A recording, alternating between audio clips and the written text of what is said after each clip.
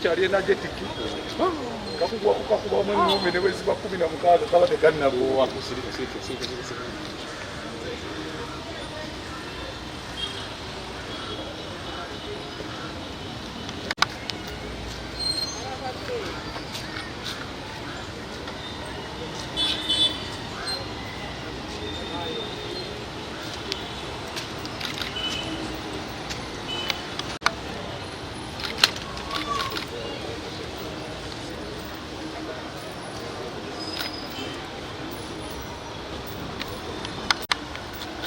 bayimirira awo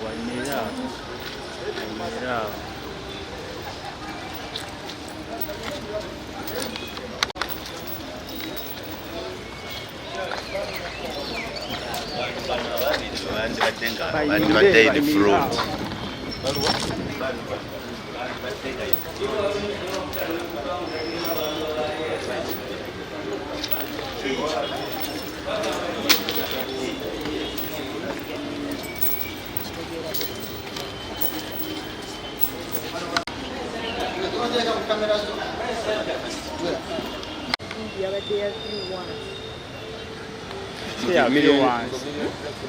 See a few ones. Achani azimuti. Neye musiru. Oba omalote bangere namu. Omaze emyaka eri mu komera bakuwadde peyiro ngodda mu kwogera. Nga kese yakabeerawo yaliwo nga mukaaga omwezi guno mu bitundu ebya Bunnamwaya abazigu bwe balumba edduuka lya mobile money awamu n'amaduuka ne babba ssente n'amasimu. Poliisi yaffe y'Ekatwe ekutte abantu 5 ku byekuusa ku bubbi obuzze bukolebwa nga abazigu bakozesa majambiya n'ebintu ebirala ebimenya amayumba okubba abantu nga bakwatiddwa atubayina wano mu Kaduukulu nga twagenze ne twaza amaka gye babeera era ne tuzuulayo n'amajambiya 2 ate n'emmotoka 2 ezigambibwa okuba nti zebakozesa mu kutambula nazo tuziina wano ku poliisi nga okunoonyeza kulaga nti bano bapangisa amamotoka ag'enjawulo ge bakozesa mu kulumbagana abantu. Bwe twakoze interrogation twakizudde nti bano bagendako n'esseeta nga 3 omwezi guno ne bagenda mu boutique ne bamenya ne babbamu engoye n'ebintu ebirala nga bano bajja kuba basimbibwa mu mbuga z'amateeka nga naye kaweefube akyagenda mu maaso okulaba nga tukwata bonna abeenyigira mu bubbi obw'enjawulo mu Kampala n'emirirwano. Abasirikale baffe bafunye amawulire nti abantu bano balabiddwako mu katale k'e Nabisaalu era abasirikale baffe ne basitukiramu ne bakola ekikwekweto okukakkana ng'abantu 5 bakwatiddwa okuli Muwanguzi Believer, kuliko Kato Faizo, kuliko Katongole Shafik, kuliko Kiyingi Abdala. Mulanga kigo okubeera abantu. Tukubiriza abantu okubeera obulindaala ate n'ekirala abatera okwazika amamotoka mubeere beegendereza ani gw'oyazisa emmotokayo. Olaba emmotokayo bwerugwamu nga gw'olowooza owadde muntu mutegeevu ate ne wabeerayo abagaba emmotoka nga n'abantu be bagiwadde bamanyi ki kye bagenda okugikozesa.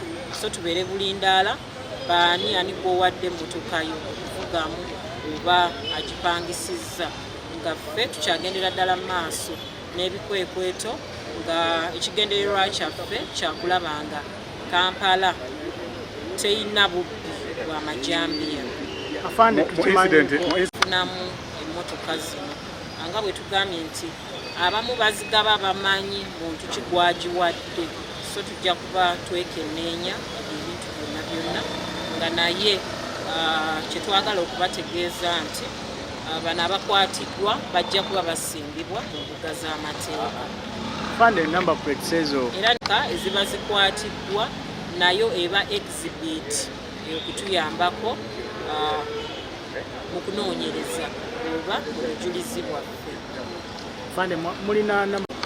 kosera buli mmotoka ne bwebeeyo bagenda mu URA ne bakozesa obukugu bwonna obuliyo ne bategeera ne nannyini mmotoka. Of course bannannyini mmotoka bajja kuba bakwatibwa kubeera n'ababadde bazikozesa twabakutte, so nabo tujja kuba tubategeera. An incident that we registered on the 6th of this month, that is July, of 5 assailants that broke into a mobile money outlet in Bunamwaya division in Wakiso district. Police at Katwe have arrested 5 suspects in connection with that aggravated robbery that was reported on the 6th of July 2026, and also other suspects are in connection with a series of robberies that have been happening in the Kampala metropolitan area.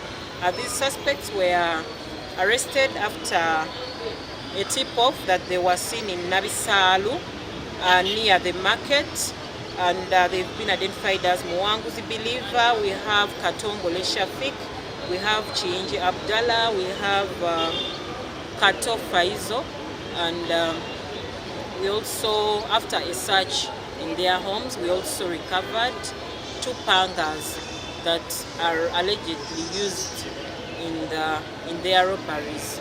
We've also impounded 2 vehicles that the suspects use in the commission of the crimes. The suspects are currently in police custody pending court.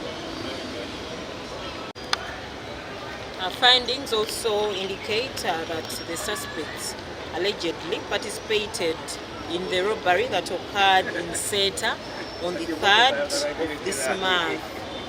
It is alleged